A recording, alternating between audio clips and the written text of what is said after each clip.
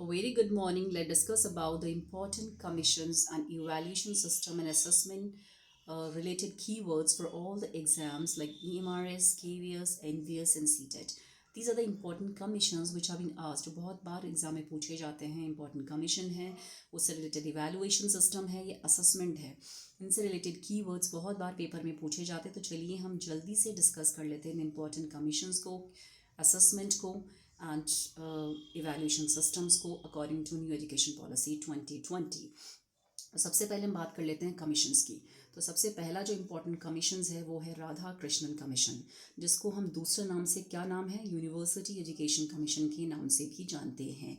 तो सबसे पहला तो इसका दूसरा नाम बहुत इंपॉर्टेंट है. तो राधा कृष्णन कमीशन को किसने, इसके चेयरपर्सन कौन थे, सर्वपल्ली राधाकृष्णन थे. तो इसीलिए इनके नाम पर इसको राधा कृष्णन कमीशन कहा गया था, बिकॉज के चेयरपर्सन वो थे.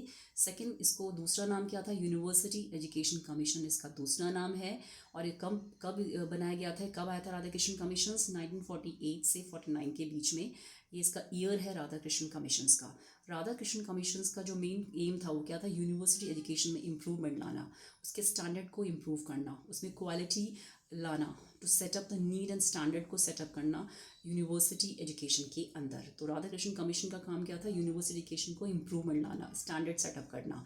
और जो हमारा यूसीजी है, तो यूसीजी का फॉर्मेशन भी किसने हुआ था, राधा कृष्णन कमीशन के अंडर ही यूसीजी का फॉर्मेशन हुआ था. ये बहुत इंपॉर्टेंट क्वेश्चन है. The next one is secondary education. तो सेकेंडरी एजुकेशन कमीशन आया था हमारा 1952 और 53 के बीच में. तो बहुत इंपॉर्टेंट है कि ईयर इसका बहुत इंपॉर्टेंट है. और दूसरा नाम क्या है इसका, मुडालिया कमीशन. इसको मुडाले कमीशन के नाम से भी जानते हैं. सेकेंडरी एजुकेशन कमीशन का दूसरा नाम है मुडाले कमीशंस, और इसके चेयरपर्सन कौन थे, लक्ष्मण स्वामी मुडालिया, जिनके नाम पर इसको मुडाले कमीशन के नाम से जाना जाता था. इसका ईयर 1952 से लेकर 53. इसका मेन वर्क क्या था, सेकेंडरी एजुकेशन के ऊपर काम करना. तो इसने मेन इसका ऑब्जेक्टिव क्या था, इन्होंने काम किया था improvement, to bring the improvement, to bring the quality in the education, in the secondary education में क्वालिटी और स्टैंडर्ड को इम्प्रूव करना.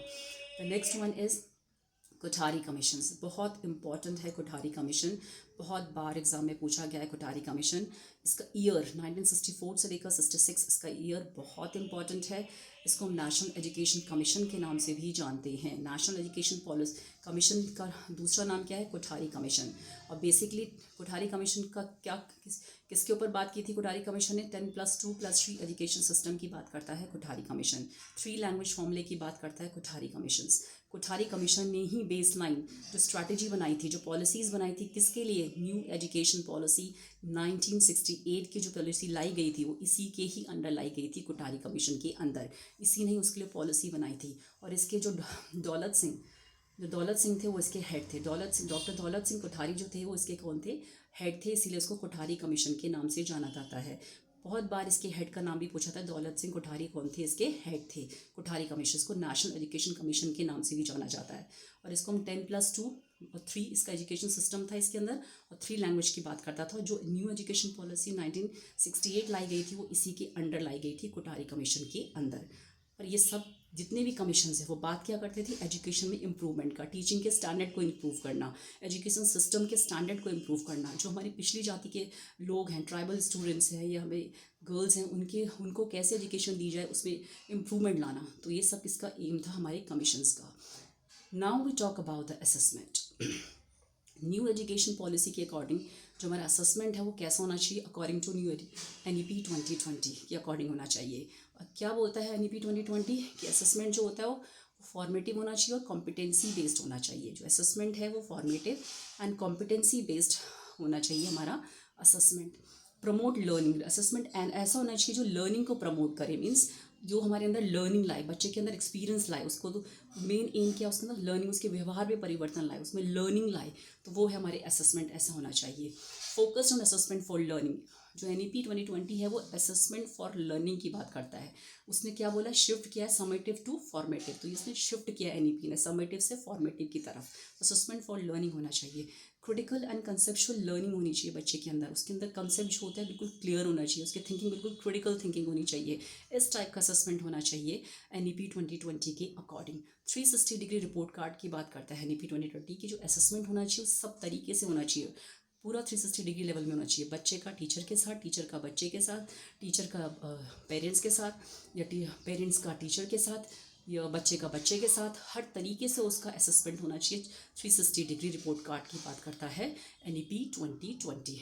नाउ 3 टाइप ऑफ कौन कौन से असेसमेंट होते हैं, तो सबसे पहला होता है diagnostic assessment, next one is formative assessment and third one is summative assessment. जो फॉर्मेटिव डायग्नोसिस असेसमेंट है उसको हम प्री असेसमेंट भी कहते हैं। जैसे कोई हम टॉपिक स्टार्ट करते हैं, बच्चे से कोई क्वेश्चन पूछते हैं, एक बेसलाइन जो होता है टॉपिक को स्टार्ट करने के लिए कि बच्चे को कितना नॉलेज है, वो कितना उसको आता है, कितनी उसकी नॉलेज है, तो वो जानने के लिए हम डायग्नोस्टिक असेसमेंट करते हैं। जैसे एक एग्जाम्पल हो गया प्री टेस्ट, सर्वे, मेडिकल टेस्ट। तो जब हम किसी भी बीमारी को जानने के लिए एक टेस्ट करते हैं, जैसे मेडिकल टेस्ट में क्या होता है कि जब हम पहले टेस्ट करते हैं, CT स्कैन करें तो क्या जानने के लिए, कुछ किसी बीमारी को जानने के लिए हम पहले टेस्ट लेते हैं, तो तब जाके हम उस बीमारी का पता लगाते हैं, उसको क्योर करते हैं। तो लर्निंग गैप्स को फिर इम्प्रूव किया जाता है कि बच्चे को कितना आता है, कितना नहीं आता है, क्यों नहीं आता है, और क्यों नहीं आता है, तो उसको हम लर्निंग गैप्स को रिमूव करने के लिए हम डायग्नोस्टिक असेसमेंट करते हैं।